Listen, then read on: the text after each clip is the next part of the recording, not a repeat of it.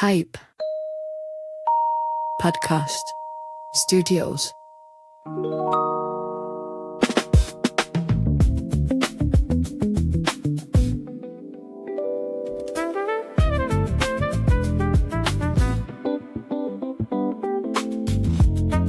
Hi, welcome to the Coaching Dimensions podcast, where people, policy and success come together. My name is Melissa Fazackerley, and today I'm joined by Ste Waygood. Ste. You all right? Thank you for coming on the podcast. Absolute pleasure. Do you want to introduce yourself? Yeah, Ste Waygood, 20 years fire and rescue service, all operational, and set up a little health and safety business 3 years ago, and that's why me and you know each other. It is. So we're going to talk about, obviously, leadership, coaching, what that's meant through your career. So I know you believe that consistency is key. That's something I've picked up through, like, you post that on LinkedIn and whatever else. What does it mean? Consistency, to me, with regards to leadership in the fire and rescue service, the best gaffers I've ever worked with are consistent in the way that they treat the crew and treat risk and treat the day-to-day business as usual type of stuff. As a consistent leader, I would endeavour to try and put the crew first. That's if you remain consistent in putting the crew's well-being first, and that I don't mean like coming up with a DRA with regards, before dynamic risk assessment before we commit to a building on fire. That's not all you mean. It's about the well-being of the crew. Every decision I make throughout the day, not just operationally, you put the crew first. We need to be fed on time. Mm-hmm. If you feed your crew on time in the fire and rescue service, you're golden. You need to be fed, you need to be rested, you need to train, you need to keep fit. If your crew sees you as their gaffer, their watch manager, their crew manager, whatever it might be, putting their needs first, they go the extra mile for you when it really counts during an incident, for example. So, structure and routine. Absolutely, 100%. Absolutely matters. Huge, yeah. What about your behaviour as a leader? Does consistency come into that? Yeah, definitely. I think calmness, again, the best gaffers I've ever worked with are the ones that are calm, cool, collected on the incident ground. The worst ones I've seen are the absolute polar opposite to that, and flappers, we might know them, and they're losing their head a little bit, and the boxy and the bouncing off the walls a little bit, not sure about making a decision. Just take your foot off the gas a little bit, calm down, read the situation, because your crew, although you might not think they're looking at you, they do see that. So remain calm, and just go back to your experience. You've been there before. You might not been in exactly the same situation. You've been in similar situations. Go back to what went well at the time. What didn't go so well, and let's get it right this time. So, do you think is that a skill that's taught in the fire service? Is that something, or is that just something you kind of pick up generationally? I wouldn't say so. I think that's a great question. They might try and teach you that. They will tell you in your instinct command. The instinct command academy instructors may tell you to remain calm.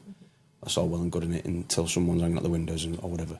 So no, it's experience that I think. And again, I only speak personally. Yeah. I learn from watching others, and I learn from hands-on experience. Lectures and PowerPoint slides don't do very much for me, like they don't do for a lot of firefighters, in all honesty. A lot of people in general, it doesn't work, does it? Yeah, absolutely. And unfortunately, we've got, I think, 174 my learning, I think they call it, the maintenance competence packages on there. So we've got to work our way through for the 12 months. I need to see, I need to do, I need to watch what happened, I need to have a debrief. I think we started doing hot debriefs after incidents, and that they work really well for me because I'd get to learn about what that person did that I didn't see. There's a lot that happens on the fire ground that you might not understand why that happened. Mm-hmm. Not so much an incident commander, because you'll have an overall knowledge of what went on anyway, but as a firefighter coming through the ranks, the crew manager, I wasn't aware that person X did such a thing, person Y did another thing. It was like, right, that makes way more sense now that the end result was this, because they did that. And I was like, right. And then that's when the penny drops at me. That's how I learn. communications. 100%. Massive. Huge. Yeah. So I know, obviously, you've done some training in the fires. You've trained other people in the fire service. Yeah, it's part of the, Yeah. So in that position, you're obviously going to be seen as a leader. And we know that you show up calm and collected, give some structure, give some routine. That all kind of works. But what challenging aspects have you seen or had to deal with? The most challenging was probably through my assessments, Oh, yeah. Teaching assessments? No, when I was being assessed as an officer in charge. Right, okay. So you go through the SFJ system, the Skills for Justice. So it's you train to Watch Manager 7 level. I can't quite remember what it was called. I think it's been about 7 or 8 years ago since I've been through it. But there was 4 of us that went through a 4-day course. And through that 4-day course, you'd get like 12 different crews come and visit you. And I'd come from what I didn't realise at the time, which is quite interesting when I look back at it, really, because it was a highly competent watch. And I think I'd been spoiled throughout my... Now, I don't want to try and big myself up as being the best of the best there. I'm certainly big yourself up, why not? No, that's definitely not my style at all. But what I hadn't realised is that coming through as a young man in the fire service, as a 20-year-old, I was on a very highly competent watch then, and they obviously brought me up to a standard. And then I moved to Wigan on another very highly competent watch.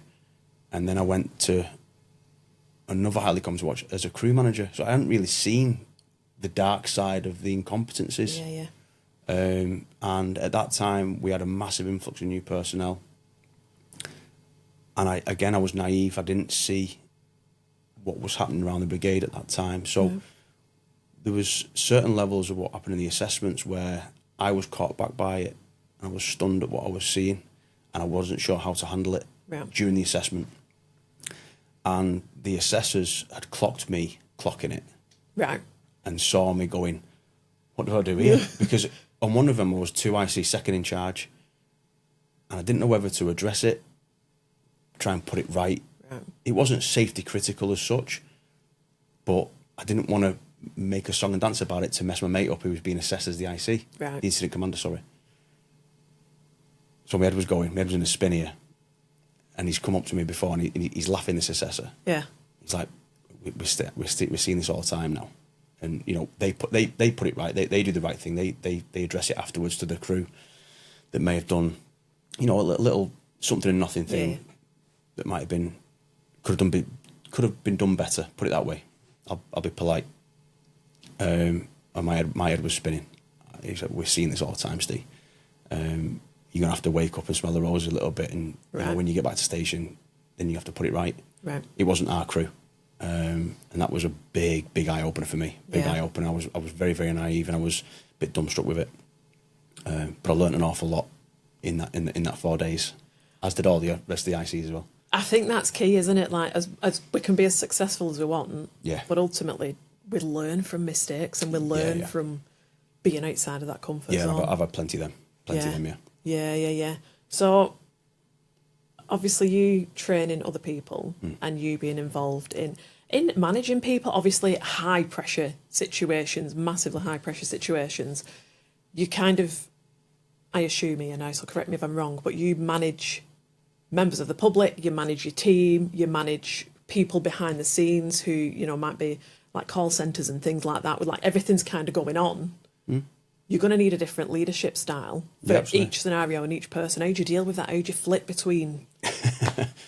Again, I suppose it's just going to be experience, that really, and I think you've got to be yourself to an extent. You've got to, have a bit about you. And when you've built that trust up with the rest of the crew help you out massively. One of my old gaffers used to say to me, said, I need you a lot more than you need me. Yeah. That's what he used to say. He's like, what does that even mean? Yeah. Like, I need you guys. Like, so he'd be managing maybe 9 of us, maybe even up to 15 on an operational incident. He needs all those people to be highly competent. Whereas all he needs to do is just send a message. He thought that was that easy. Send a message, make a decision. That was that easy. I was like, that's not easy at all. Yeah. Get what he means now. I understand what he means. So you've got to you've got to trust in the team to say, well, I need this doing, and then you pick that person to do it, or those people have the roles. So your driver sends you messages, for example, and if you need a methane message sending, for example, a major incident message, or right, I've trained you how to do it, go and do it, and you've got to have a lot of trust, and you just put that on that person. You shouldn't have to babysit them doing it. Yeah. It comes down to trust a lot. Yeah. And I think that was hammered home a lot when I was 21 years old. When my gaffer would say, and you come out of a BA drill, for example, and they go, "Is it clear upstairs?" I go, "Yeah." He goes, "Sure?" I go, "I don't know. Yeah. Can't remember." So you better be sure. Draw where you've been. Yeah. You make you draw a map where you've been. Right? Is it definitely? And you've done it right.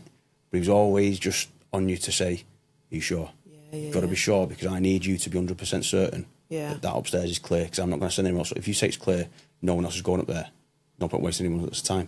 Let's go downstairs. Does that make sense? That's a lot of pressure, that. Yeah, it is. It didn't feel like it at the time. I don't think so. But you just wanted to do your job properly, don't you? I guess it kind of feels normal, doesn't it? Like if you were to put me in that situation now, I've not had the training, I've not had the experience, so I am sitting here going, oh, that's a lot of pressure. Yeah. But for you, I guess it was normal. I suppose it's a little bit easier, I think, because I was so young. I don't know if that makes sense, because I think you see people joining now at like 30, 35, 40 years old even, and they've had a whole other career, haven't they? And they go, well, that's nothing like what I've done. But I'd been a painter decorator. Yeah. I was a decorator for 2 years before that. I didn't really... So you can be moulded by that. Yeah. And, what your gaffer says goes. Yeah. And I think that's how it went, really. Yeah. So then, obviously, you've got to deal with members of the public, and depending on the situation you're in, because obviously you guys, you'll go to road traffic accidents, you'll go to fires, you'll go to I don't know what other kind of stuff you'll go to, but you'll have a bit of a variety, won't you? In your role? Yeah. What it like the good stuff as well, because obviously the fire service is really good at engaging with the community, and it's a massive thing. Obviously, there's a lot around trying to get people into the industry, and because it's not without its challenges. But what's really made a difference to you over your career? Like, what's been your favourite thing to do? Oof. My favourite thing to do in the fire rescue service. It's when I was probably a firefighter. It was most exciting. Yeah. And when you turn the corner and your gaffer would turn around and go, "It's going like a bastard, lads," which meant it was blowtorching out the window. Right. And that's when it goes. Your adrenaline's going. Yeah. That's probably the most exciting. Yeah. Probably the most exciting. But then, obviously, my career's changed. That was when I was 21. Yeah. And I was invincible. Yeah. And it was like the dirtiest firefighter was the hardest working firefighter. Yeah. Now we're on top of contaminants now. We're really health and fitness conscious. Now it's probably when you've got someone who might be struggling with a particular discipline. And all you do is repetition. Do it again, do it again, do it again. I'm struggling, Right. Steve. Let's do it again, let's do it again. Yeah. Still struggling. Let's try something different. Let's do it again, let's do it again. And then when they get it, all right, got it, nice one. Yeah. And then they move on. Yeah. Because that means a lot then, because again, you're building the trust. I mentioned trust before. Yeah. And it's not just about that you and that other individual that might be struggling with a particular discipline. It's about the other members of the watch that are watching you, how you treat that person. And you go, well, if that person's struggling, we've all got to muck in and work harder, haven't we? When you're a firefighter struggling on the watch, everyone has to work harder. Yeah. Now, depending on that person's attitude, depends on how hard you work. Right. So if they're a bit of a shit house, you're not going to work as hard, are you? Because there's no team spirit there. If you've got a poor attitude and your work ethic's poor, Yeah. so you're not very competent and your attitude's abysmal, why on earth should the rest of the watch work Pick as up the hard? slack. Yeah. If that person's attitude is awesome Yeah. and they're buzzing to be here, Yeah. and like, right, let's do it again, and they're not scared of making mistakes, they do Yeah. it again, let's do it again, and guess what? They don't mind being late for the dinner. We'll work hard. That's really good. Yeah. When you build a watch that's highly competent and that puts in the work for people. Yeah. I think as a watch manager, that's probably gold standard. I'd say. So have you ever gone, obviously you mentioned about being in the highly competent watches early on in your career, and then you were like, oh, Unbeknown to me, yeah. I've been exposed to a not so competent watch. How do you adapt to that? Kindness in the first instance. Okay. A Be lot nice. of patience. But again, this is only me. Yeah, of You know, course. I think back in the olden days, and I say olden days, like 15, 20 years ago, it was, you know, it's this way or you're gone. I It's think this it way was or- like that with a lot of industries, yeah. Yeah. Now we don't do that anymore. Yeah. My wife is a specialist in neurodiversity, All right. so she has given me endless pointers, a lot of neurodiversity training, Amazing. whether I wanted it or not. Whether I wanted it or not, let me tell you. Well done, Steve's wife. So yeah, I mean, that's given me a little bit of a kick up the arse with regards being able to know that, right, well, Melissa might need this. You know, such a body might need that. Yeah. You know, Melissa might want a lecture first.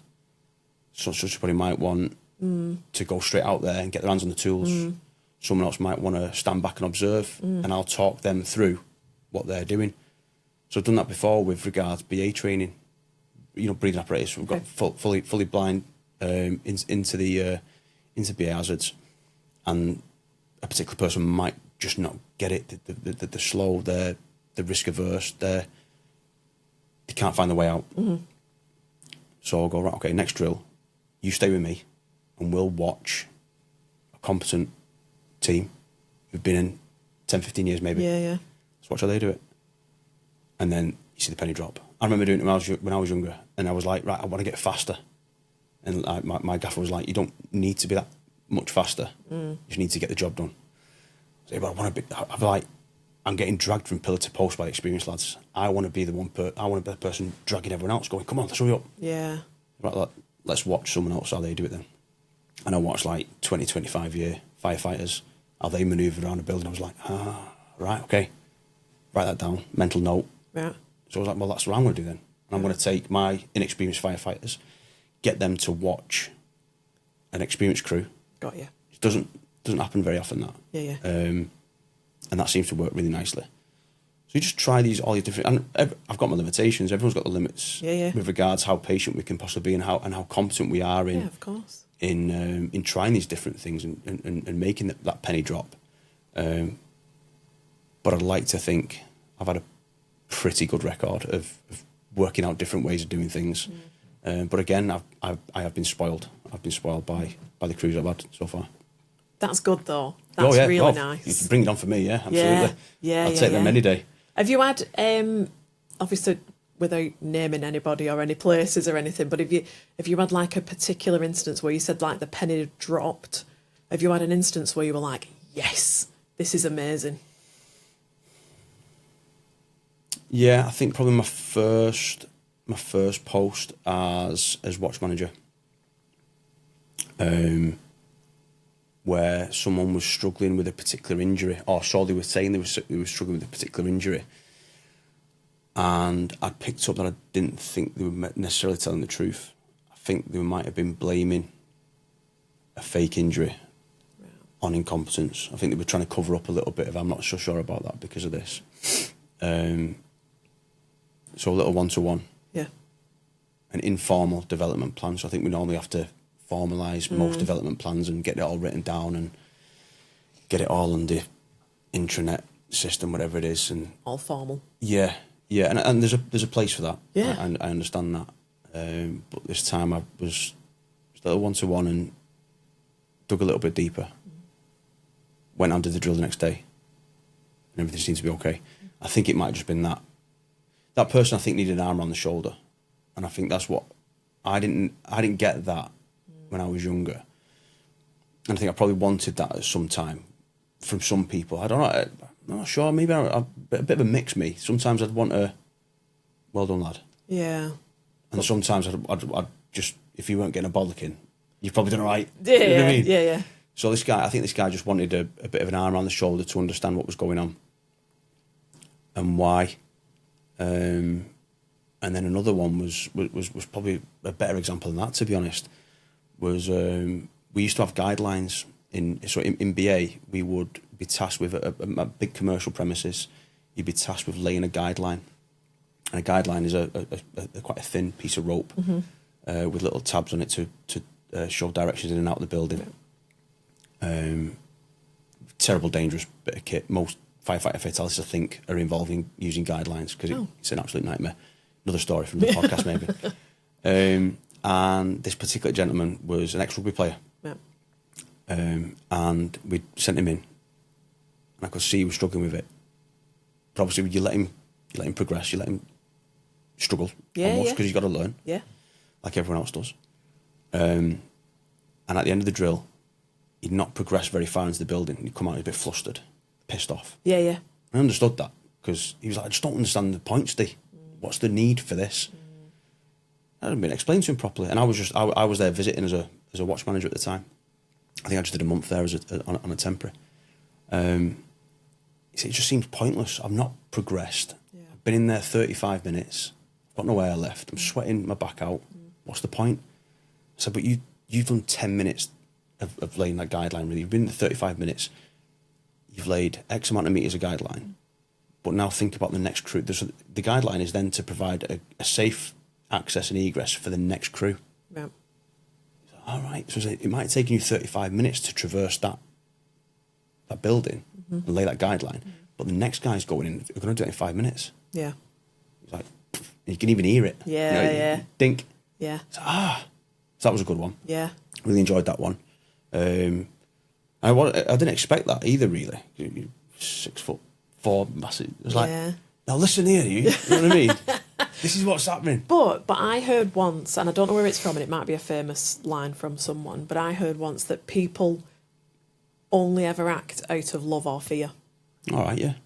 So whenever anything happens now, I just think, right, okay, where are they coming from with this? Even if they're getting aggressive with me, or if they're getting upset, or if they're getting frustrated with themselves, maybe it's something else that's triggering that. Maybe it's just a fear of looking silly, or a fear of, a past criticism coming up or whatever else. So I always just kind of, when you were talking, then I just thought, that guy's acting from fear. Yeah, that's a perfect analogy for, I think, for fire brigade in general. We're not very good at being not very good. And we did that with the Red Ones. Remember when we were corresponding with the Office Ambulance Service, doing cardiac arrests and stuff in 2016, 2017, 2018, about 2 years. About an 18-month trial, I think we did. And at the beginning, we were crap at it. We were getting there and we were performing CPR on people that had been dead for weeks, people that had been dead all weekend, and we were starting compressions, and then MWAS would come and go, what have we started that for? We've been trained to do this. Giving CPR, it's like, they've been dead for days. So how do you know that? I don't know that. I mean, then I think 6 months later we were told, like, look for these obvious signs of death and things like that. It was like, in that 6 months, I had a real wobble. I was terrible at being, because you weren't making anything better. Right. You taught from an early age, like you leave every incident better than when you arrived. Yeah. We weren't. We were making it worse. We were pulverising bodies. So how did you feel? Because obviously you had big feelings about all Dog that. crap. I had a wobble. I was thinking, like, quit. Right. I had a conversation with the missus, like, I'm not doing this for a living. Right. Definitely not. And then talking about, like, pennies dropping. Yeah. And I was a firefighter then as well, so it was 10 years ago. And there was one particular incident in Wigan where I was waiting for a rhythm check from the MWAS, from the ambulance service, to then jump in. So a rhythm check for the with the ECG. You'd have a little minute, have a look if they've got a rhythm. And I introduced myself to the MWAS when I walked in, and I was ignored. I didn't handle that very well. They didn't speak to me. They didn't say hello. So fire service here to let me know when you want me to do anything. I went waiting there, and didn't handle it well. Obviously, I'm thrutching a little bit now. What didn't you handle well about him not acknowledging you? Right. Being ignored. Why? Because I want him to say, this is what's going on. Can you jump in at such thing? Or, get to work. Yeah. Because obviously what we were good at was compressions.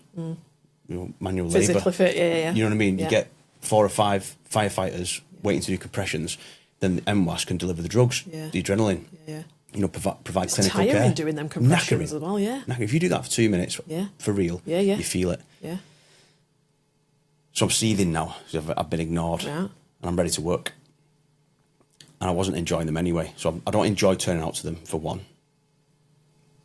It's not enjoyable. It's horrible to turn out to. Yeah. We've got the husband in the next room crying his eyes out because his wife's dead. Anyway, they turn around to me, right, can you jump in on the next rhythm check, please, mate? Yeah. I was like, yeah, no problem.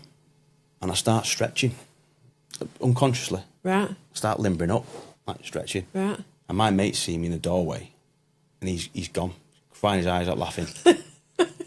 So what on earth are you doing? But he's not been able to say that, obviously. He's had to leave. Yeah. He's had to walk out. Because he's laughing. He's crying, wiping his eyes. So I've got out, so they've called time of death. Right, another one, another one we've not saved. Yeah. Brilliant, cheers. Get back out. All the lads are crying their eyes out outside, going, what's up with you lot? I said, what was that? That stretching, limbering up you were doing. I was like, what do you mean? I hadn't got a clue what we were doing. What I'd done. And then from that day, gone. I was fine. And was probably another 12 months of corresponding. Right. Nothing. No wobbles. No. Right. Just having the piss taken out of me. Right. Worked. Yeah. It must be in there somewhere. I don't know where it is. At the back somewhere. I don't know, but. Like a kind of icebreaker. Yeah, massive. Like it built up and then. Huge. Yeah. Huge. Yeah. Really, really weird. I don't know how we got onto that. Sorry. I don't know how we got onto it. No, sorry. It was a good story. We did mention about tangents before, didn't we? Sorry about that. We did. Yeah. Tangent's your middle name. Yeah. Sorry, Kev. Kev. We love you, Kev. I mean, let's talk about your let's talk a little bit about On Point. Yeah. Because obviously that's a different kind of leadership now. I suppose there's a lot of elements that come into it and they're the same. But what kind of crossover do you see in terms of leadership and in terms of those conversations and like coaching conversations that you kind of need to convince people to get on board with? I think it's probably the leadership side of it that's helped so much, along with myself and my business partner Craig, because Craig had just reached rank of sergeant in the military when he left as well. So being able to sit with CEOs, managing directors, owners of multi-million-pound corporations, and it just be like another conversation like this, really, really helps. Yeah. Because people can find themselves intimidated by CEOs and MDs and multi-million-pound corporations. And I was like, I'm not intimidated by that whatsoever. And that comes from, a culture of sitting down in front of, borough commanders and area managers and chief fire officers. Like, that doesn't... Everyone's just people at the end of the day, aren't they? Well, yeah, because I mean, if you respond, I'm going back now, but if you respond to an incident, whatever that might be, you don't know if you're speaking to a CEO of £1 billion company. You don't know if you're speaking to a cleaner of a local office block. You don't know you don't know who you're speaking to. So everybody needs the same conversation, don't they? Exactly. And then when you put in the mix there of you'll have heard this a million times. Why do I have to do that? Yeah. Why do I have to do that? Why on earth do I have to put that in place? So, well, when you put in the mix of like, well, we've seen what happens when it goes wrong. We've seen what happens when it goes right. Yeah. We've seen what happens when it goes terribly, terribly wrong. Yeah. And someone's ended up in a body bag. Yeah. People start to lift their up a little bit and their ears open and they start to listen a little bit more intently. Yeah. And when people start to realise that you're there to safeguard their business and them, stop them from sitting in front of a judge. They start to pay a little bit more attention. And I think obviously the gravitas of the fire service and the military, that really helps with our leadership skills, our leadership management, our way of speaking to these people and being able to almost conform to what they need. So I think I've got better and better at that over the last few years, where going, this person needs an arm around the shoulders, and as a CEO, just like some of the apprentices might need an arm on the shoulder. Some of them might just need a good old-fashioned bollocking, and just tell them off. I make no habit of trying to scare people into, employing my services. Yeah. That's a terrible way of business. Yeah. But I think some people do need to have a little bit more of a bit of a gentle persuasion to say, this is what I've seen and this is why I'm so passionate about this. Yeah. Yeah. 'Cause I can't tell you how many times I've been told, why do I have to train these people to do that? Why do I have to train people? If I had the conversation we're having, then we're going to struggle. But I think that's really worked. Yeah, obviously the fire service leadership has really helped me in business. Do you think Do you think there's natural born leaders, there's people who do it naturally, or do you think it is a conscious effort by everyone? No, I don't think it is. I don't think it is natural. No. Not sure. I don't think so. I don't think I'm not a natural leader. Definitely not. Definitely not. I use my personality of being, I suppose, just being helpful. So no, I don't think it's natural. Do you think it's natural? I don't know. I'm not sure. It's definitely something to be taught and to be developed. Yeah. Because obviously we're all learning and we learn from experience and we get better the more we're exposed to and how we manage things. But I don't, because I just see that some people just don't want to be leaders or convince themselves they can't be leaders. So I don't know if it is something that's ingrained or not. If something's natural, do you get better at something that's natural? Because I've definitely got better. I've definitely got better over the years. It's been 7 years of being a watch officer, and I've definitely got better at it. Yeah. I don't think I was a natural. I don't think I was a natural leader. Did you not start at did you make any mistakes early on where you were like, oh, this is not for me? Yeah, I think loads. I think probably, maybe like not addressing certain behaviours. Right. Letting certain behaviours slide, and just go. Now leave that. We'll visit that again. Yeah. And that was sometimes a little bit about coaching or mentoring. And they'll go. So someone might say, let's not address that now. We'll address that tomorrow. Yeah. Oh, okay. Exactly. Trust me, it'll be sorted tomorrow. That. Yeah. And I trusted that person, and it worked. And the person in question might come over and apologise for the behaviour the day before without me even saying anything. Yeah. Right. Okay. But again, like I said before about the rest of the watch are always watching, aren't they? Yeah. The rest of the crew are always watching how you handle that. Yeah. So, thankfully, with the way I am with people, I very rarely get that level of insubordination. Yeah, I get challenges from... No one really treats me like that, because I would never treat anyone else like that. Yeah. I've never treated anyone like that, so I wouldn't expect that back. And I'd like to think I don't make decisions that would deserve such treatment either. So, but I think in the early days I saw it happen and I didn't address it. I've learnt from that. And the incompetence as well. I think when I see something that wasn't quite right, so I was pick it up again, we'll do it again. Yeah. Straight away. Yeah. So what one thing would you say to aspiring leaders now? Aspiring leaders in the fire service or anywhere? In the fire service or anywhere, if you want to target the fire service. Fire service, you put your crew first. Okay. Put your crew first. Their welfare should be a top priority. Okay. Above all else, mental health, massive. Yeah. Health and fitness. In health and safety, be approachable. Just don't try and bully anyone. Don't think you're a police officer. You're not a police officer. You're there to help. You've been employed by the company to go and help them. Yeah. If it gets to a point where you're being ignored, then you can obviously turn it up a little bit there. But be yourself. Nice. Thanks for coming today, Steve. I've really enjoyed it. My pleasure. And thank you all for listening. If there's anything you found insightful or really interesting today, feel free to like, comment and share. And we will see you on the next episode.